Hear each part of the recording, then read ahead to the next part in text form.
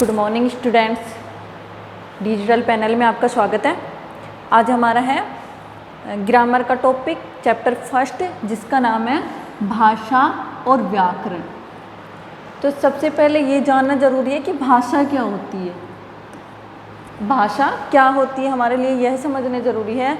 तो भाषा की परिभाषा यानी कि इंग्लिश में बोले तो डेफिनेशन।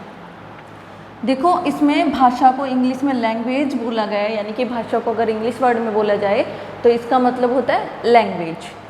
मनुष्य एक सामाजिक प्राणी है। सामाजिक प्राणी का मतलब क्या होता है? समाज में रहने वाला। उसे समाज में रहकर अपने कार्यों व उद्देश्यों को पूरा करने के लिए विचार व भावों को अन्य लोगों के सामने प्रकट करने की आवश्यकता होती है। यानी कि भाव विचार क्या होते हैं? जो आपस में हम बातचीत करते हैं, आपस में अपनी बात रखते हैं, दूसरों की बात सुनते हैं, वही अपने भाव विचार होते हैं। विचार व भावों को प्रकट करने के लिए मनुष्य भाषा का प्रयोग करता है। अब अपने कामकाज को समझाने के लिए, अपनी बात रखने के लिए मनुष्य क्या करता है?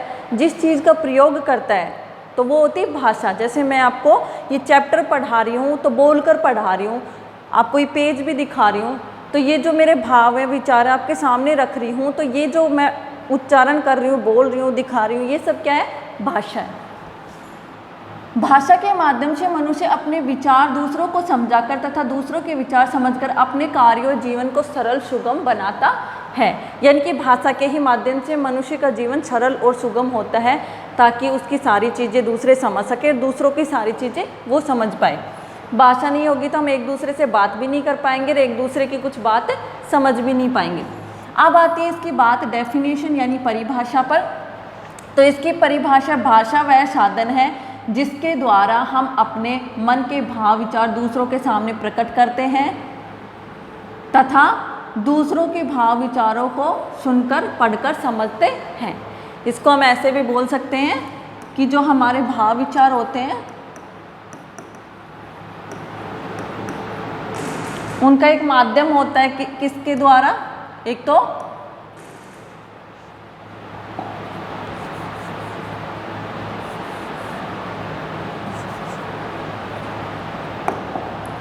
एक होता है बोलकर, सुनकर, लिखकर, पढ़कर।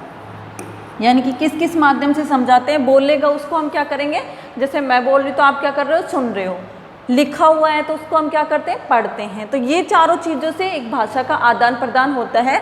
तो आप इसकी परिभाषा ऐसे भी लिख सकते हो कि बोलकर, भाषा वह साधन है जिसके माध्यम से हम अपने भाव या विचार बोलकर, सुनकर, पढ़कर और लिखकर दूसरों के सामने प्रकट करते हैं और दूसरों के भाव समझते हैं, उसे भाषा कहते हैं। ये इसकी हो गई परिभाषा।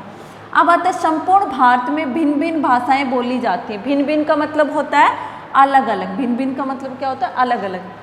हिंदी, बंगला, मराठी, उर्दू, गुजराती, कन्नड़, पंजाबी, कश्मीरी, मणिपुरी। यानी कि ये जो क्षेत्र है उसके अकॉर्डिंग इसके नाम दिए गए हैं। जैसे बंगाल में बंगला और मराठी, उर्दू, गुजरात में गुजराती, कन्नड़। तो इस तरीके से अलग अलग, पंजाब में पंजाबी, अलग अलग क्षेत्र में अलग अलग भाषा बोली जाती है। ये तो थी भारत की। अब आती है संसार की। संसार यानी विश्व। तो उसमें भी क्या है? विभिन्न भाषाएं बोली जाती है, यानी कि अलग अलग भाषाएं बोली जाती हैं। जैसे रूस में रूसी भाषा, चीन में चीनी भाषा, इंग्लैंड में अंग्रेजी। ठीक है, इस तरीके से मतलब अलग अलग देश में अलग अलग भाषा बोली जाती है। अब आते हैं भाषा के प्रकार की बात। भाषा के प्रकार, भाषा दो प्रकार की होती है। वैसे तो तीन की होती है, लेकिन हमारी बुक में क्या है? दो ही हैं। बाकी तीसरी देखो यहाँ पे है, वो मैं आपको बेसिकली रूप से समझाऊंगी। एक होती है मौखिक,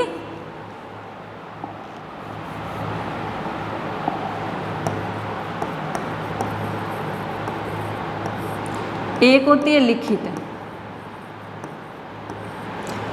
मौखिक देखो ये लिख रखी है मौखिक, दूसरी है लिखित।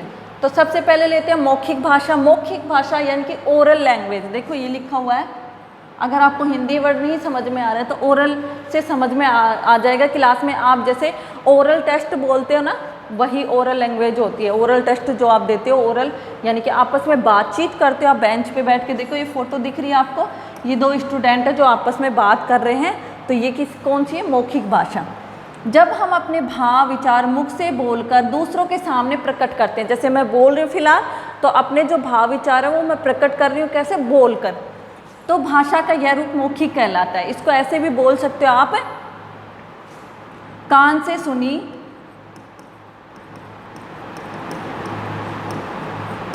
और मुख से बोले जाने वाली,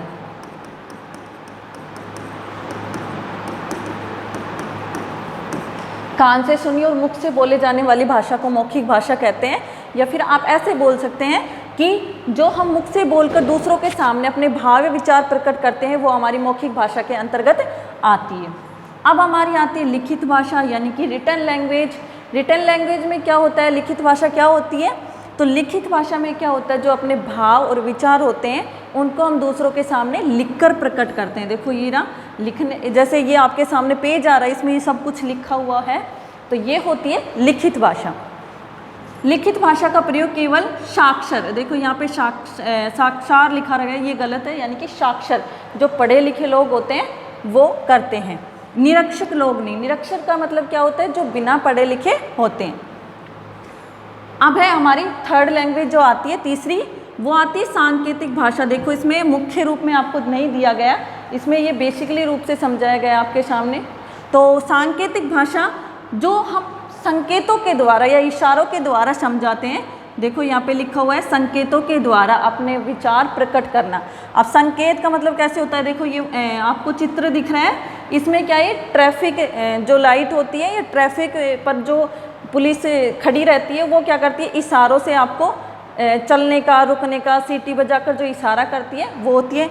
इसके अलावा हम देखते हैं जगह जगह ऐसी एरो बनी हुई होती हैं, ठीक है, ऐसी लाइनें, तो ये एरो हमें समझाती हैं कि इधर जाना है या इधर जाना है, ऐसे टर्न करके ऐसे घूमना है। तो ये सारी चीज़ें जो ये चिन्ह आते हैं वो भी हमारी सांकेतिक भाषा के अंतर्गत आते हैं। अब आती है हमारी बोली। बोली में क्या होता है? बोली जो हमारा सीमित क्षेत्र होता है, जिस क्षेत्र में हम रहते हैं, छोटा क्षेत्र जिसको बोलते हैं, उसमें क्या होता है? जगह जगह पे जगह अलग अलग लोग रहते हैं। जैसे राजस्थान में राजस्थानी लैंग्वेज यूज होती है, हरियाणा में हरियाणवी बोलते हैं। इस तरीके से जो छोटे छोटे क्षेत्र हैं, विस्तृत क्षेत्र तो क्या हो गया? पूरा देश हो गया। जैसे भारत पूरा देश है, लेकिन जैसे भारत में अनेक राज्य हैं, अनेक राज्यों में अनेक बोलियां होती हैं। तो छोटी जगह पे जो बोली जाती है, यानी कि सीमित क्षेत्र में बोले जाने वाली भाषा को हम बोली कहते हैं, या भाषा के क्षेत्रीय रूप को हम बोली कहते हैं। अब आता है हमारा नेक्स्ट टॉपिक,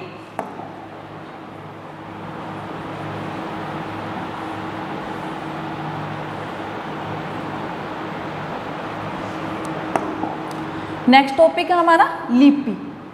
लिपि क्या होती है?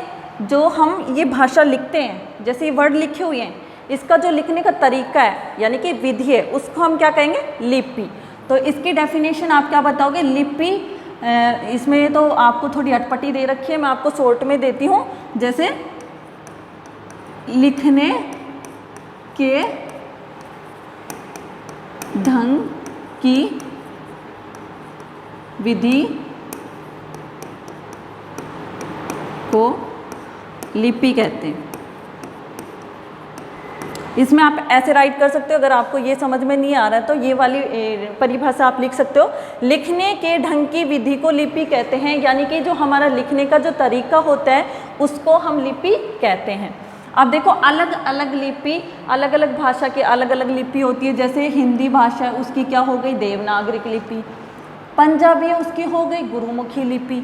संस्कृत भाषा उसकी क्या हो गई? देवनागरिक लिपि।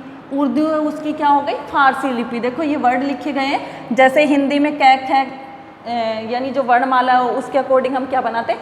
शब्द बनाते हैं, वाक्य बनाते हैं। जो इंग्लिश होती है रोमन लिपि, ABCD A to Z तक के जो वर्ड होते हैं वो अंग्रेजी भाषा में आते हैं। इस तरीके से अलग अलग जो भाषा होती है उसकी अलग अलग लिपि है। लिपि बदले जाने पर भाषा नहीं बदलती, अर्थात एक भाषा किसी भी लिपि में लिखा जा सकता है, यानी कि एक ही लाइन है हमारे। जैसे वह लड़का है,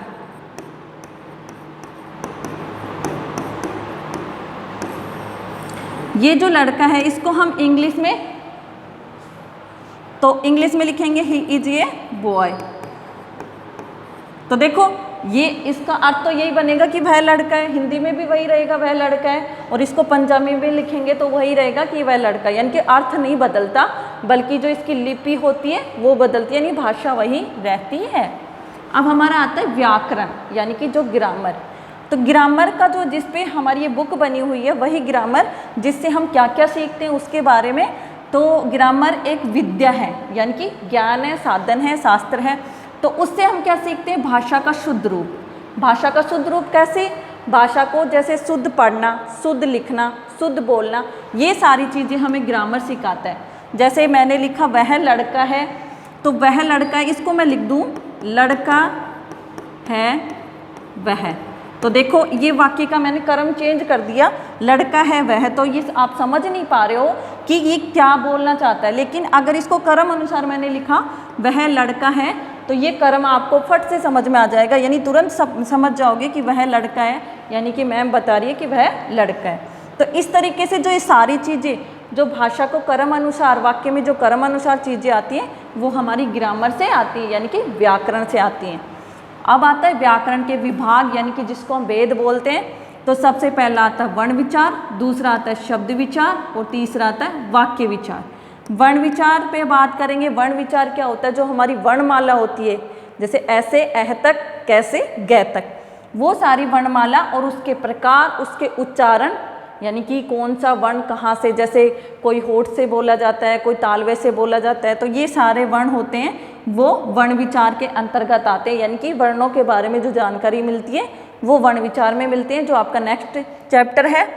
तीसरा आता है शब्द विचार। शब्द विचार में क्या होगा, दो या दो से अधिक वर्ण मिलकर शब्द बनते हैं, जैसे क प्लस मैं प्लस ल, यानी कि क्या बन गया, कमल।